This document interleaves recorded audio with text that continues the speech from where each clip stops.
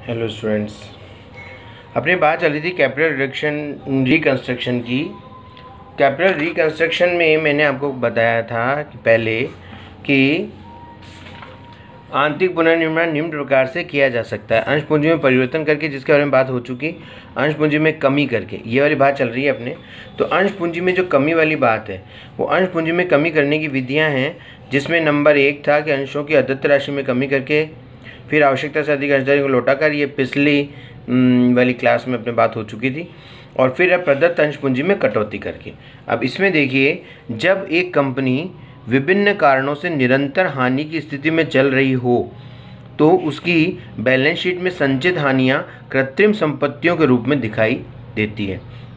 संचित हानियाँ इस प्रकार होती हैं। क्या होता है कि अगर कंपनी बहुत सालों से घाटे पे चल रही है, तो उसकी बैलेंस शीट में आपको ये दिखाई देंगे एसेट्स के रूप में, कृत्रिम संपत्तियों में। Preliminary profit and loss account का debit balance, preliminary expenses, discount on issue of share and debenture and deferred revenue expenses. अगर किसी कंपनी की बैलेंस शीट में ये चीज़ें जो है उसकी फिक्स्ड एसेट्स में ज़्यादा दिन तक दिखाई देती है, लगातार दिखाई देती है, बढ़ती हुई दिखाई देती है, कम नहीं हो रही है साल 2 साल 3 साल में, इसका मतलब कंपनी की आर्थिक स्थिति सही नहीं है। क्यों? क्योंकि वो अपनी इन हानियों को, इन खर्चों को प्रॉफिट एंड लॉस अकाउंट से चार्ज नहीं कर पा रहा है। तो ऐसी कंपनी में ख्याति मूल्यहीन होती है। अगर ऐसी कंपनी की है जिसमें ये दिखाई दे रहे हैं एसेट्स में, और फिर वहाँ पर गुडविल भी लिखी हुई है, तो वो मूल्यहीन है। वो तो यूँ ही दिखाने के लिए है। और अन्य संपत्तियां भी उचित मूल्य पर नहीं होती हैं, क्योंकि अन्य संपत्तियां भी हो सकता है कि वो उचित मूल्य पर ना हो। अर्थात व्यवसाय की उतनी पूंजी उपलब्ध नहीं होती है व्यवसाय में जितना उसके संपत्ति पक्ष का योग होता है। तो इस प्रकार की जो रोगग्रस्त कंपनी की शल्य चिकित्सा पूंजी कटौती कार्यक्रम, कैपिटल रिडक्शन प्रोग्राम के माध्यम से की जाती है। इस कार्यक्रम में नष्ट हुई पूंजी को अपलिखित कर दिया जाता है तथा अंशधारियों से नई पूंजी प्राप्त करने का प्रबंध किया जाता है। तो कंपनी अधिनियम 1956 की धारा 100 के प्रावधानों का पालन करते हुए कैपिटल रिडक्शन प्रोग्राम तैयार किया जाता है। इसके अंतर्गत अंशधारियों के समक्ष उनका प्रदत्त अंश पूंजी में से त्याग का प्रस्ताव रखा जाता है। एक कैपिटल रिडक्शन प्रोग्राम बनाते हैं फिर, और जहाँ पर इस तरह की आपकी कृत्रिम संपत्तियों के रूप में दिखाई देती हैं ज़्यादा, तो वहाँ पर कैपिटल रिडक्शन प्रोग्राम अकाउंट बनाते हैं। और कैपिटल रिडक्शन प्रोग्राम अकाउंट में अंशधारियों के समक्ष एक प्रस्ताव रखा जाता है त्याग का, कि भाई आप अपनी अंश पूंजी में से कुछ छोड़ दें। कुछ छोड़ दें का मतलब है कि 100 रुपये का शेयर है, उसको अब आप ऐसे ही माने कि आपका 70 रुपये का शेयर, मतलब 30 रुपये छोड़ना। तो इस प्रकार त्याग का प्रस्ताव रखा जाता है। और यदि हानियां बहुत अधिक हों तो लेनदारों व ऋणपत्रधारियों को भी त्याग के लिए सहमत किया जाता है। अगर मान लीजिए ज़्यादा हानियां हों तो फिर लेनदारों से भी मिलते हैं, ऋणपत्रधारियों से भी बात करते हैं, और सभी से कहते हैं कि भाई आप कुछ न कुछ अमाउंट थोड़ा सा कंपनी के लिए छोड़िए, अपना अधिकार समाप्त कीजिए, ताकि कंपनी एक कैपिटल रिडक्शन प्रोग्राम अकाउंट बनाकर और इसको घाटे की स्थिति से फ़ायदे की स्थिति में लाने का प्रयास करें। अब आप कहेंगे कि सर ऐसा वो क्यों मानेंगे, लेनदार और ऋणपत्रधारी, और वो क्यों मानेंगे कि भाई हम छोड़ें ये? वो मान सकते हैं, क्योंकि उनको जब ये पता चलेगा कि अगर हम कुछ नहीं छोड़ते हैं तो कंपनी तो वैसे भी घाटे में जा रही है, तो वैसे भी ख़त्म हो जाएगी, और कंपनी का अगर समापन हो जाएगा तो वैसे भी हमें कुछ भी नहीं मिलेगा, या मिलेगा तो बहुत कम मिलेगा। तो फिर क्यों ना हम एक इस तरह का प्रयास में सहयोग दें कि भाई इन्हें जो कंपनी के घाटे की स्थिति से निकालकर अगर लाभ की स्थिति की ओर ले जाने का प्रयास कर रहे हैं, तो हम थोड़ा थोड़ा छोड़ दें, लेनदार छोड़ दें, थोड़ा 25% छोड़ दें, ऋणपत्रधारी 25%, तो ऐसा हो सकता है। तो इस प्रकार पुस्तकों में कैपिटल रिडक्शन अकाउंट या रिकंस्ट्रक्शन अकाउंट खोला जाता है, और लेखांकन निम्न प्रकार से होता है। नंबर 1, अब जैसे परिस्थितियाँ होंगी उस आधार पर जनरल एंट्रीज हो जाएगी। नंबर 1, जब अंशों मतलब प्रेफरेंस या इक्विटी शेयर का अंकित मूल्य ही घटा दिया जाए। अंकित मूल्य जब घटा दिया जाएगा, मतलब जो 100 रुपये का शेयर है उसको 90 रुपये कर दिया जाएगा, या 100 का 80 का कर दिया जाएगा, तो ओल्ड डेनोमिनेशन 100 रुपये शेयर कैपिटल अकाउंट डेबिट पुरानी पूंजी से, टू न्यू डेनोमिनेशन आ जाएगा 80 70 जो भी हो उससे, नई पूंजी से, और बाकी का पैसा जो कैपिटल रिडक्शन अकाउंट में चला जाएगा। 100 रुपये मान लो यहाँ आते हैं और 80 यहाँ होते हैं, तो 20 रुपये बचे ना, वो कैपिटल रिडक्शन अकाउंट में चल जाएंगे। मतलब कैपिटल रिडक्शन अकाउंट को एक तरीके से आप ये मान लीजिए कि ये एक फंड इकट्ठा करने के लिए एक कटोरा है कंपनी के पास में। वो कटोरा, उसमें वो अंशधारियों से भी पैसा मांगती है, वो भी आता है, और जो लेनदार छोड़ेंगे, जो डिबेंचर होल्डर्स छोड़ेंगे, वो सभी उसी कैपिटल रिडक्शन अकाउंट में जाकर पैसा जमा होगा।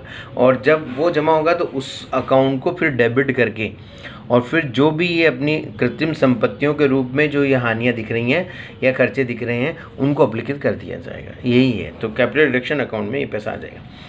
नंबर 2, जब अंशों के अंकित मूल्य में परिवर्तन न करके उनका प्रदत्त मूल्य घटा दिया जाए। मान लो या तो अंकित मूल्य ही बदल दें, अंकित मूल्य बदल देंगे जब तो 100 रुपये की चीज़ 70 की हो गई, तो 100 का यहाँ आ जाएगा, 70 यहाँ लिखा हुआ जाएगा। लेकिन ये कह रहा है कि अंकित मूल्य में परिवर्तन मत करो, बस ऐसे ही कह दो उनको कि भाई थोड़ी बहुत आप शेयर कैपिटल हमें छोड़ दो, अंकित मूल्य उतना ही रहने दो।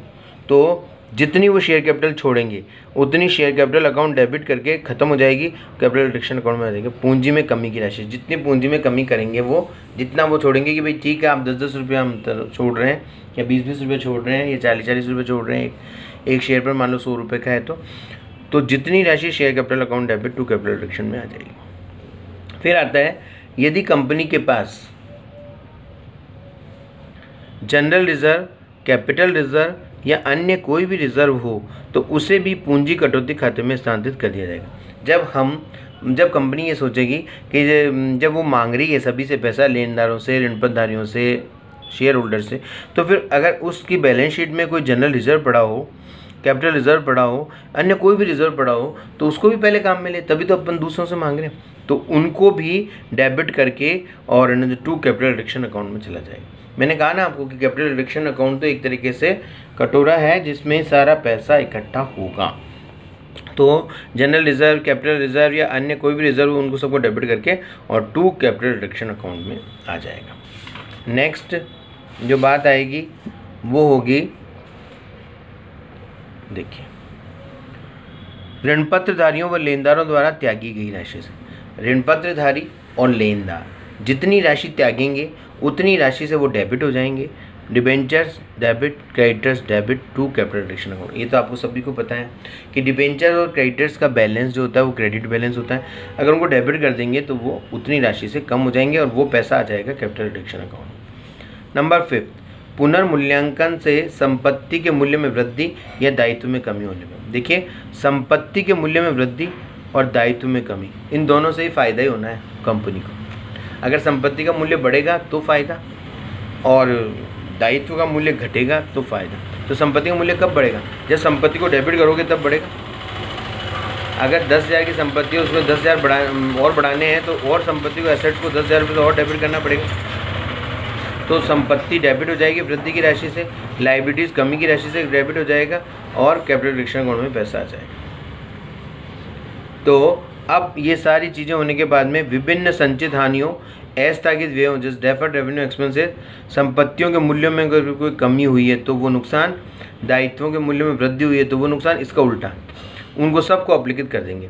तो अब जो भी अपन इससे पहले वाली एंट्रीज़ में जहाँ पर भी कैपिटल रिडक्शन अकाउंट आया, यहाँ पर भी capital reduction account credit credit credit हुआ, उन सबको जोड़कर अब डेबिट में लिख दिया जाएगा कैपिटल रिडक्शन अकाउंट डेबिट। और अगर कोई संपत्ति में कमी हुई है तो उसको लिख देंगे, टू लायबिलिटी में वृद्धि हुई तो वो, और वो जो P&L account, preliminary expenses, discount on issue of share and debentures, goodwill, patent और प्रोविजन फॉर कंटिजेंसी, ये जितने भी जो संपत्तियाँ या जो खर्चे दिख रहे हैं कृत्रिम संपत्तियों के रूप में, उन सब को ख़त्म कर देंगे। उनका सबका डेबिट बैलेंस है तभी तो संपत्ति के रूप में दिख रहे हैं, तो अब यहाँ पर क्रेडिट में लिख देंगे तो वो सब खत्म हो जाएगी।